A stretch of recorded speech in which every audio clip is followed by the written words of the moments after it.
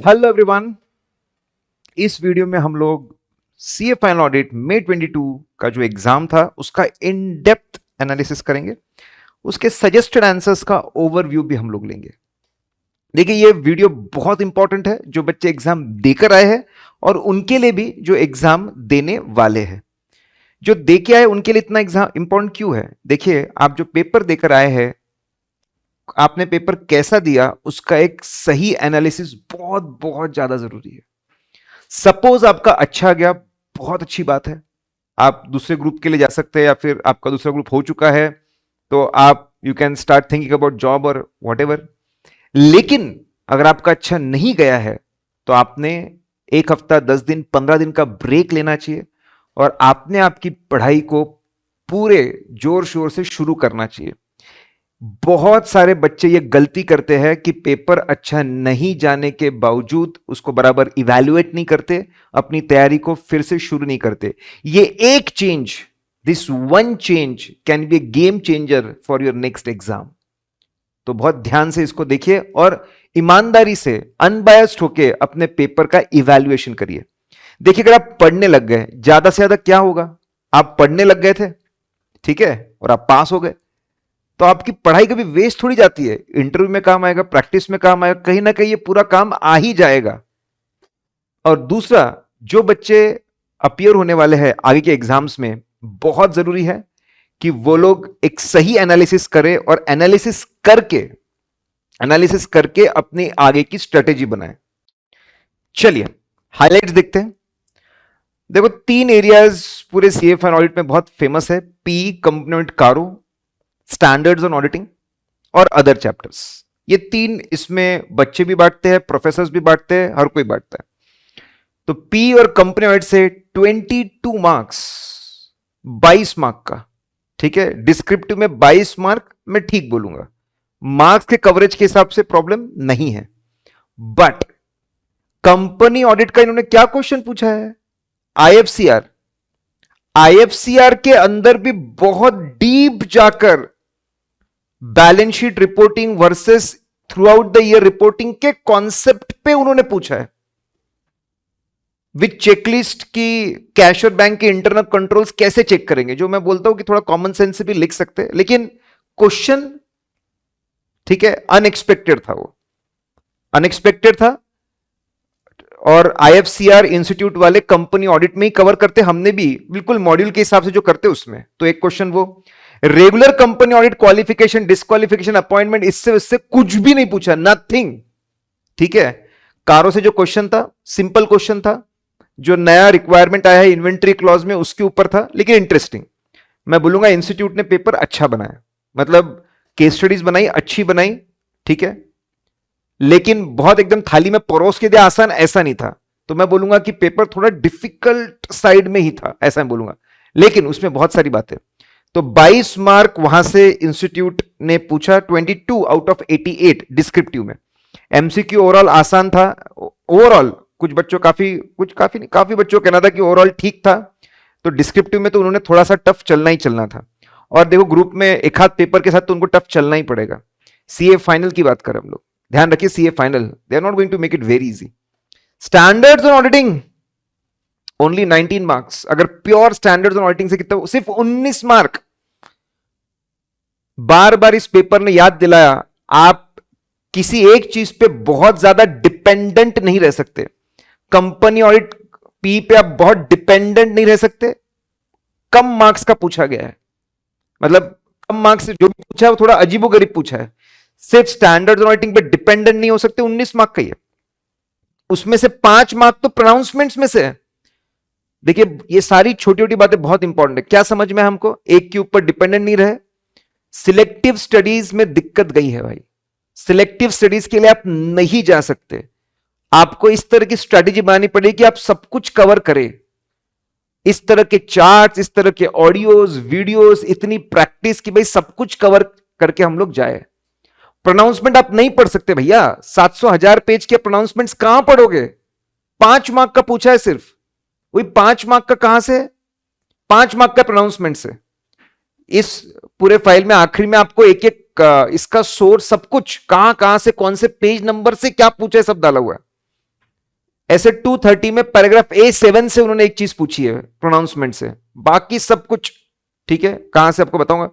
Other chapters 47 marks, अगर आपने इसको निग्लेक्ट किया है 47 मार्क्स आउट ऑफ 88, तो अगर आपने अदर चैप्टर्स को इग्नोर किया है तो बहुत, इसमें भी आप कोई किसी को बहुत ज्यादा इंपॉर्टेंस दे सकते। 10 क्वेश्चन है 10 अलग अलग चैप्टर्स पे, कर लो बात। 10 अलग अलग चैप्टर्स पे 10 क्वेश्चन है, किसी एक चैप्टर पे क्वेश्चन रिपीट भी नहीं हो रहा है, वापस आपको क्या मैसेज मिल रहा है, आपको सब कुछ कवर करना पड़ेगा।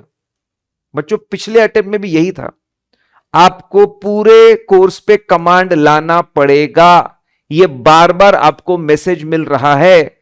सिलेक्टिव स्टडीज मुश्किल होगी, और अगर आप जल्दी पढ़ाई शुरू करोगे तो आपको सिलेक्टिव स्टडीज के लिए जाने की जरूरत ही नहीं पड़ेगी। सर लास्ट डे में कैसे रिवाइज करें, ठीक है, वो भी मैं आपको पूरा अच्छे से बताऊंगा। डिफिकल्टी लेवल की अगर मैं बात करूं, 30 मार्क्स के क्वेश्चंस को मैंने बहुत अनबायस्ड रह के, न्यूट्रल रह के कोशिश की। 30 मार्क्स को मैंने एलोकेट किया, जहां पे दिमाग लगाना था, एप्लीकेशन ऑफ माइंड। यस, इस पेपर में एप्लीकेशन ऑफ माइंड चाहिए, ये समझ में आया बच्चों को कि भाई आप सिर्फ ऊपर ऊपर से पढ़ लिया और जाके लिख दिया, ऐसा नहीं। कॉन्सेप्ट सुनना पड़ेगा, एग्जाम्पल समझने पड़ेंगे, केस स्टडी डिस्कस होगी, एमसीक्यू करना पड़ेगा, डिस्कशंस होंगे, डाउट होगा, तब जाके आपका एप्लीकेशन इंप्रूव होगा। 30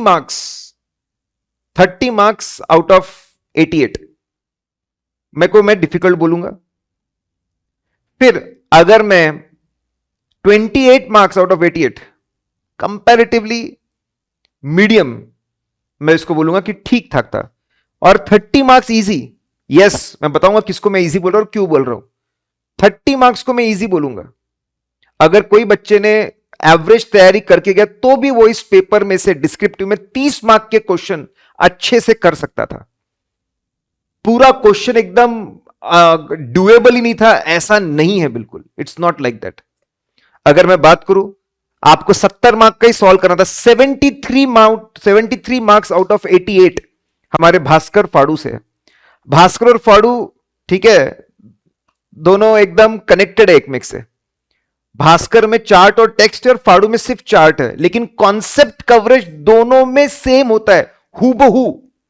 इसलिए हमारा होता है कि भाई भास्कर एक बार आपने क्लास के साथ किया, अब मल्टीपल टाइम्स आपको फाड़ू प्लस परम, फाड़ू प्लस परम, फाड़ू प्लस परम से आपको आगे बढ़ना है। मल्टीपल टाइम्स फाड़ू प्लस परम के साथ आपको आगे बढ़ते जाना पड़ेगा, ठीक है। 73 मार्क्स परम क्वेश्चन बैंक के, अगर कोई सिर्फ क्वेश्चन बैंक पे अगर आप डिपेंडेंट हो, हमारी क्वेश्चन बैंक में पूरा स्टडी मटेरियल है, एमटीपी आरटीपी सब सब सब। 40 मार्क्स 70 मार्क का सॉल्व करना रहता है, 40 मार्क्स। अच्छा भास्कर फाड़ू 73 मार्क्स, मतलब पूरा का पूरा पेपर।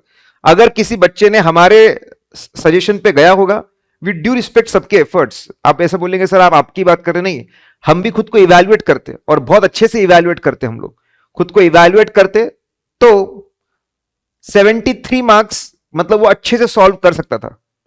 उसने कॉन्सेप्चुअली पढ़ा हुआ है, चर्चा की है, डिस्कशन देखा है, सब कुछ किया है, कर सकता था वो। 40 मार्क्स अगर सिर्फ क्वेश्चन बैंक पे भरोसा करना, बच्चे बहुत आखिरी में पढ़ाई शुरू करते हैं, कम समय होता है, इंटरेस्ट नहीं होता है, तो फिर आखिरी में बोलते सर आईएमपी दे दो, आईएमपी क्वेश्चन। फिर भी मैं एबीसी एनालिसिस मैंने नहीं दिया था, क्योंकि मेरे पास पूरे इतने सारे 10 साल का एनालिसिस है, मैं कैसे किसी को एबीसी कर दूं, क्योंकि मुझे पता है इंस्टीट्यूट कुछ भी चेंज कर सकता है।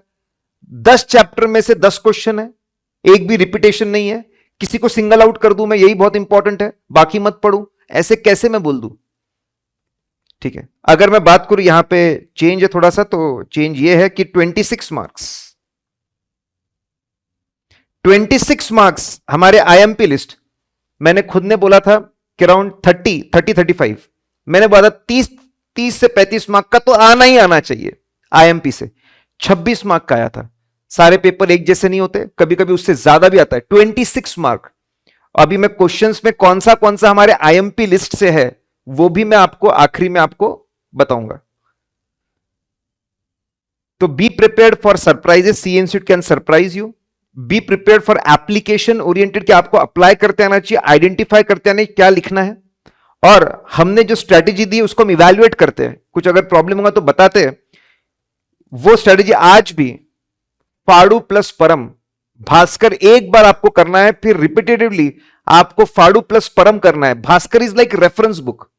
रेफरेंस बुक है कि भाई जहां पे मुझे डिटेल पढ़ने की इच्छा है वहां से मैंने पढ़ लिया। ठीक है, पढ़ाई जल्दी शुरू करनी पड़ेगी, ऑडिट को ज्यादा समय देना पड़ेगा। ऑडिट को आप लाइटली नहीं ले सकते। बहुत सारे बच्चे लाइटली लेते हैं अलग अलग रीजंस की वजह से। उनको इंटरेस्ट नहीं आता पढ़ने में, उस तरीके से नहीं पढ़ते, कई अलग अलग प्रकार के कारण हो सकते हैं। बच्चों को दोष नहीं दे रहा, उनकी गलती नहीं है, लेकिन कहीं ना कहीं उनको अपनी अप्रोच बदलनी पड़ेगी। पहले क्वेश्चन की अगर बात करूं, EQCR के ऊपर ऐसे 220। EQCR बहुत बहुत बहुत ज्यादा पॉपुलर कॉन्सेप्ट है। उसमें था कि रिव्यूअर की जिम्मेदारी क्या है, ये तो आना ही आना चाहिए था, फिर भी मैंने उसको मीडियम मार्क किया है। आना ही आना चाहिए था कि रिव्यूअर की जिम्मेदारी क्या होती है। देखिए मैंने चार्ट दिया है, फाड़ू चार्ट बुक में से चार्ट दिया हुआ है, और साथ में उसका जो कंटेंट है वो भी दिया है।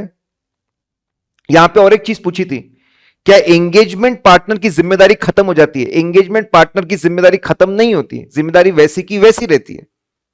ठीक है, लेकिन उसकी जिम्मेदारी है कि रिव्यू करवाना। It is one of the important procedure as per standards on auditing की EQCR करवाए। लिस्टेड कंपनी है।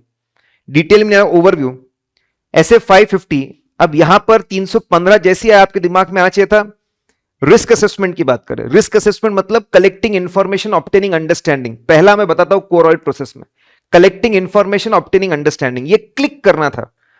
भास्कर में CNO 550.040 पेज नंबर 1.137 पे ये कॉन्सेप्ट हमने कवर किया हुआ है। ठीक है, ये कॉन्सेप्ट हमने कवर किया है। उसका चार्ट यहां पे दिया हुआ है, उसका थ्योरी दिया है कि भाई रिलेटेड पार्टी क्या जानकारी करोगे, लिस्ट लोगे रिलेटेड पार्टी की, उनके साथ में क्या रिलेशन, नेचर ऑफ रिलेशनशिप, किस तरह के ट्रांजैक्शंस है वो।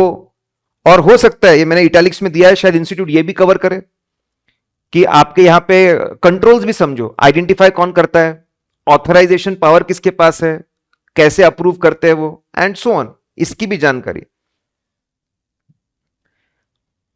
1C audit in automated environment, इसको इजी बोलूंगा। MTP May 20 RTP में है, November 20 एग्जाम में आया हुआ है, परम में क्वेश्चन नंबर 204.090 पेज नंबर 4.6, और भास्कर में भी। इसको मैं इजी बोलूंगा, ठीक है, क्योंकि क्वेश्चन बैंक में है और आया हुआ है यार। जो चीज पूछी हुई वो तो आनी चाहिए। यहां पे कैश और बैंक के इंटरनल कंट्रोल्स की चेकलिस्ट पूछी है। मैंने guidance note on audit of cash and bank है, वहां से मैंने चेकलिस्ट निकाली है। ठीक है, वहां से मैंने चेकलिस्ट निकाली हुई है, और चेकलिस्ट आप मन से भी लिख सकते थे। अगर आप मन से भी एक पेज, एक 1.5 पेज लिखोगे तो 1-2 मार्क मिल जाएंगे।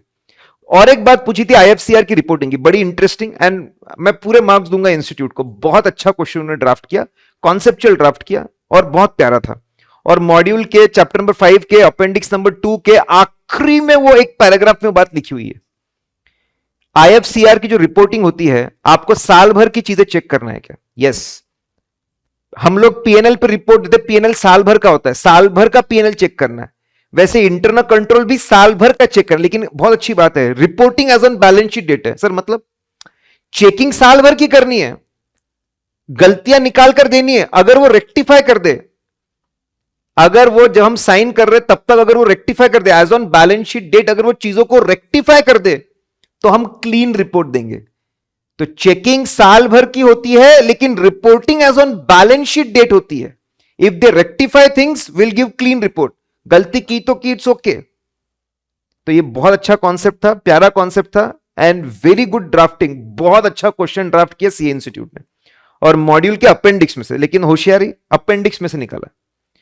फिर आपका ये कारों के ऊपर का क्वेश्चन था, कारों के ऊपर का क्वेश्चन, और जो नया चेंज है उसके ऊपर था। वर्किंग कैपिटल लोन 5 करोड़ के ऊपर गया तो ये क्लॉज एप्लीकेबल हो जाएगा।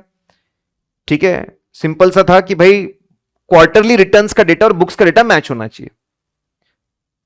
अगर मैच नहीं हो रहा तो कारों में रिपोर्टिंग होगी। और एक चीज, शेड्यूल 3, अब ये FR में शेड्यूल 3 के अमेंडमेंट आपको पढ़ के आने थे, वहां पे लिखा हुआ है कि अगर क्वार्टरली रिटर्न्स और बुक्स ऑफ अकाउंट्स में डिफरेंस है तो उसको नोट्स टू अकाउंट्स में बताना पड़ता है। मुझे नहीं पता इंस्टीट्यूट उसको भी लेगी, लेकिन उन्हें कंपनीज एक्ट बोला है, मतलब शेड्यूल 3 के हिसाब से भी वो चाहते हैं। ये उसका चार्ट था, उसकी थ्योरी थी, नोट्स में कवर्ड था। शेड्यूल 3 के बारे में भी बोलना चाहिए था, तो अगर वो मिसमैच कारों में भी रिपोर्ट होगा, नोट्स टू अकाउंट से भी रिपोर्ट होगा, दोनों जगह पे रिपोर्ट होगा। नोट्स टू अकाउंट में रिपोर्ट नहीं करेंगे तो हम हमारा ओपिनियन मॉडिफाई कर देंगे। सेल ऑफ गुडविल, बहुत पुराना क्वेश्चन है। सेल ऑफ गुडविल बिल्कुल अलाउड होता है, लेकिन कहानी में ट्विस्ट थी। ऑनेस्टली स्पीकिंग, जब मैंने भी पहली बार देखा तो मैंने भी ये मिस कर दिया, क्योंकि मैं बहुत जल्दबाजी में देखा था, खटखट खटखट खटखट खटखट। ठीक है,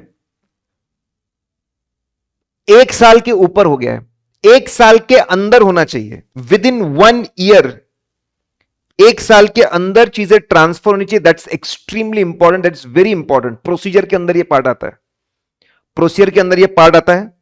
यहां पे चार्ट भी है, और ये 1 साल के बाद ट्रांसफर है। ठीक है, ये ट्रांसफर 1 साल के बाद हो रहा है तो वैलिड नहीं है, बेच नहीं सकते। ठीक है, सामने वाला उसको खरीद नहीं सकता। अगर डिस्प्यूट होता, अगर डिस्प्यूट होता तो डिस्प्यूट खत्म होने से 1 साल मिलता, लेकिन डिस्प्यूट तो है ही नहीं। तो बहुत interesting, again full marks to the institute. लेकिन ये अब एप्लीकेशन, ऑब्जर्वेशन और एप्लीकेशन स्किल्स बहुत जरूरी थी यहां पे।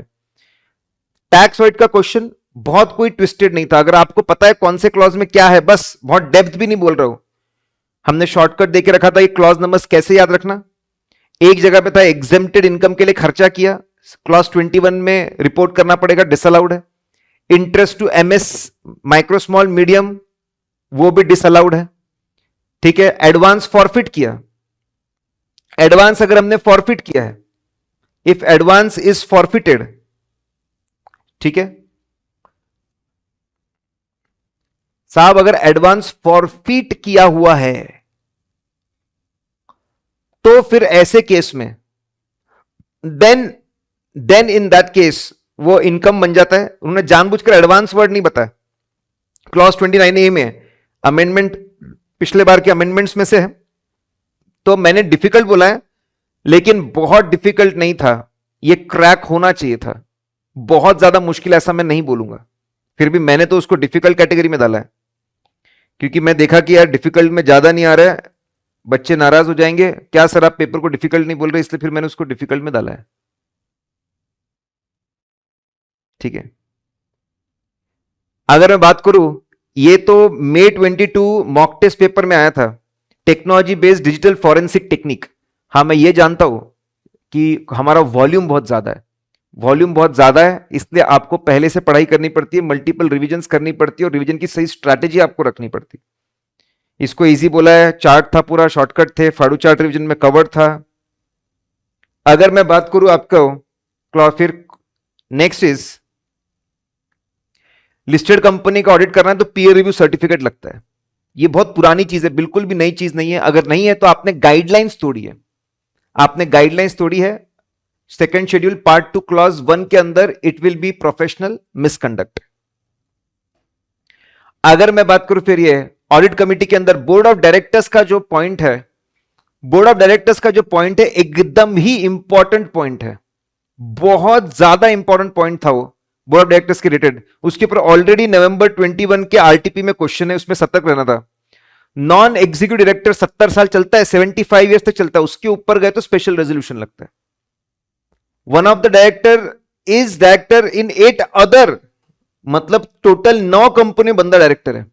आप ज्यादा से ज्यादा 7 कंपनियों में डायरेक्टर रह सकते हैं, 7 कंपनियों में, ये तो 9 में है तो गलत बात।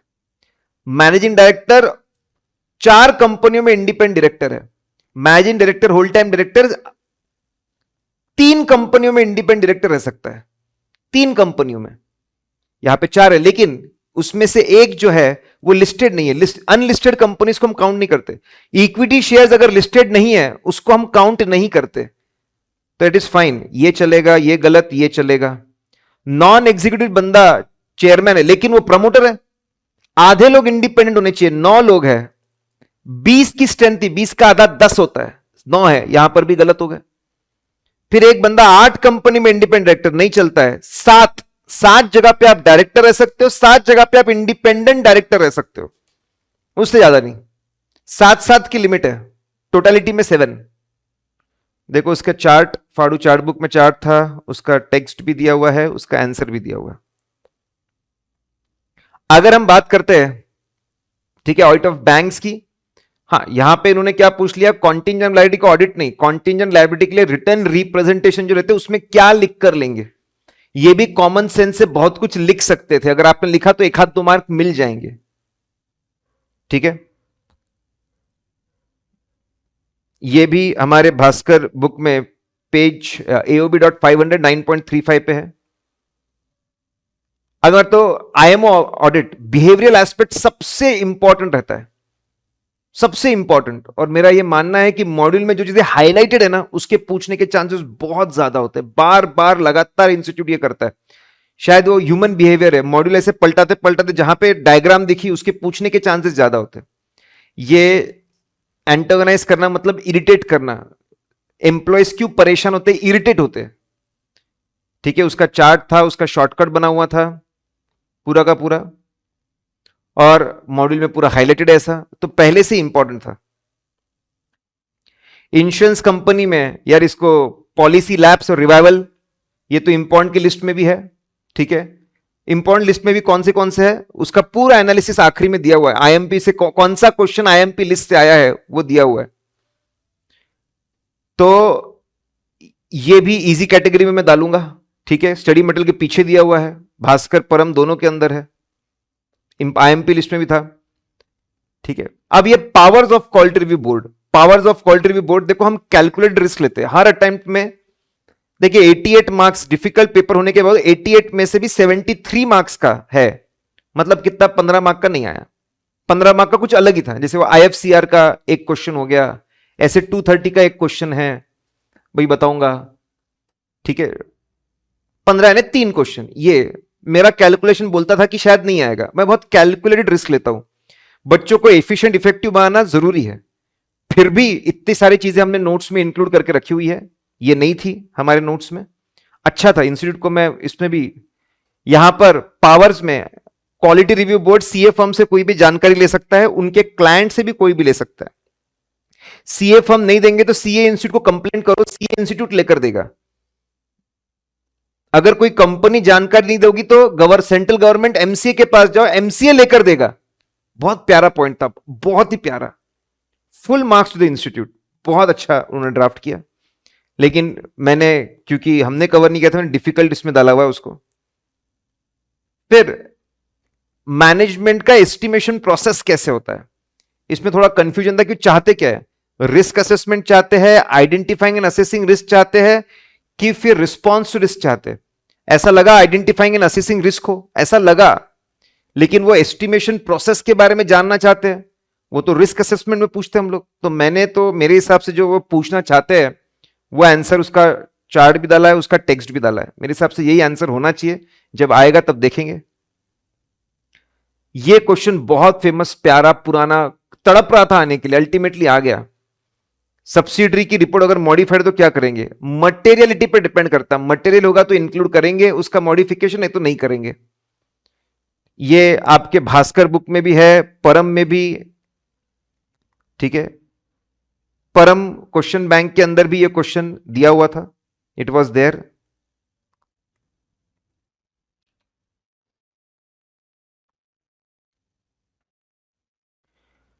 ऐसे कौन से डॉक्यूमेंट्स है जिसको देखकर ऐसा दिखेगा कि स्टैंडर्ड्स और ऑडिटिंग का कंप्लायंस हो रहा है। सब कुछ तो डॉक्यूमेंट करना पॉसिबल नहीं है भाई। प्लान दिखना चाहिए, पहले एंगेजमेंट लेटर दिखना चाहिए, उसके बाद में प्लान दिखना चाहिए, ऑडिट किया आपने साल भर वो दिखना चाहिए, डॉक्यूमेंट्स आपकी गलतियां नहीं की वो दिखना चाहिए, ऑडिट रिपोर्ट के सपोर्टिंग डॉक्यूमेंट दिखना चाहिए। कॉमन सेंस से भी लिख सकते थे, लेकिन डेफिनेटली ये प्रोनाउंसमेंट है, ये एकमात्र ऐसा है, ये आपके रेगुलर इसमें भी नहीं, प्रोनाउंसमेंट से पूछा गया है, कंपैरेटिवली डिफिकल्ट मैं इसको बोलूंगा। फिर आपका प्रोफेशनल एथिक्स का एकदम ही इजी, कॉन्फ्रेंस में जाके बोल दिया मैं साइबर सिक्योरिटी एक्सपर्ट, आओ मुझसे काम कराओ, क्लॉज 6 और 7 दोनों में गए। डेजिग्नेशन खुद को गलत दे दिया, वहां पे गए। फिर आपने लोगों से काम मांगा, वहां पर गए। आपने आपके विजिटिंग कार्ड डिस्ट्रीब्यूट किए, वहां गए। क्लॉज 6 और 7 में मिसकंडक्ट है ये, फर्स्ट शेड्यूल पार्ट 1 6 एंड 7। फिर यहां पर इनकम टैक्स डिपार्टमेंट को गलत जानकारी दी, यहां पे बच्चे गलती कर सकते हैं।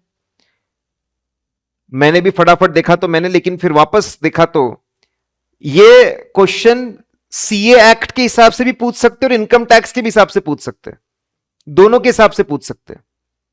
अगर इनकम टैक्स के हिसाब से सॉल्व करना, क्वेश्चन 378.100 है, और सीए एक्ट के हिसाब से तो उसका अलग है। तो इनकम टैक्स एक्ट के हिसाब से इसको आंसर करना था, कुछ बच्चों ने इसको गलत पकड़ा होगा। सेक्शन 277, 288, 278 आईएमपी लिस्ट में था, ये आईएमपी लिस्ट में था ये क्वेश्चन, ठीक है। स्टडी मटेरियल के पीछे दिया हुआ है, 100% इंपॉर्टेंट, इसको तो इजी में बोलूंगा, स्टडी मटेरियल के पीछे दिया हुआ है।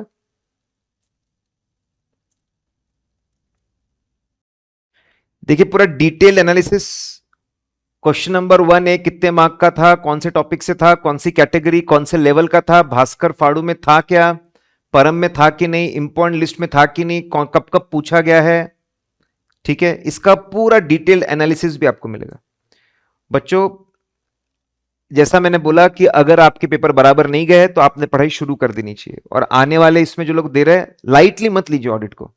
हम लोगों ने स्पेशल पूरे इस बार हम जो रेगुलर कोर्स रिकॉर्ड कर रहे हैं उसमें खास बात यह है, रिकॉर्डिंग ठीक है बहुत बढ़िया चल रही है, हम लोग इंग्लिश हिंदी दोनों में है, पूरा कॉन्सेप्ट समझाते चार्ट के साथ, पूरी लाइन बाय लाइन रीड करते हैं, उसके जितने भी क्वेश्चंस और एमसीक्यू उस कॉन्सेप्ट के वो करवाते हैं, तभी के तभी पूरी क्वेश्चन बैंक और पूरी एमसीक्यू बुक करवा रहे हैं, पूरी क्वेश्चन बैंक और पूरी एमसीक्यू बुक।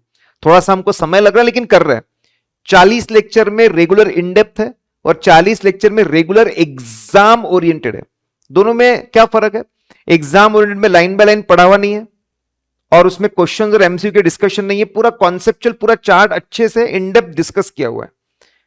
एक 40 लेक्चर का, एक 25 लेक्चर का है, ठीक है, इंग्लिश हिंदी दोनों। आप अगर आपके पेपर बराबर नहीं गए हैं, मेरा ऐसा मानना है कि आपने टाइम वेस्ट नहीं करना चाहिए, उसको जल्दी शुरू करो, पूरा डिस्कशन करो, पूरे डाउट क्लियर करो, और आखिरी में फाड़ू और अचीवेबल है, फाड़ू प्लस परम क्वेश्चन बैंक, ये दोनों आपको करके जाना है, एकदम रामबाण इलाज है। मैं आपको बताता हूं कि आपका पेपर अच्छा जाना ही जाना है, जाना ही जाना है, नहीं तो मेरा फेमस डायलॉग है, पैसे वापस, ठीक है। So guys this the complete thing, और आपको कुछ रहेगा तो auditguru.in पे मुझसे डिस्कस कर सकते हैं, या फिर 8 से 8:30 के बीच में बच्चों से बात करता हूं, 9096000033 या फिर 7020699683, ठीक है, इस पे मुझसे आप बात कर सकते हैं।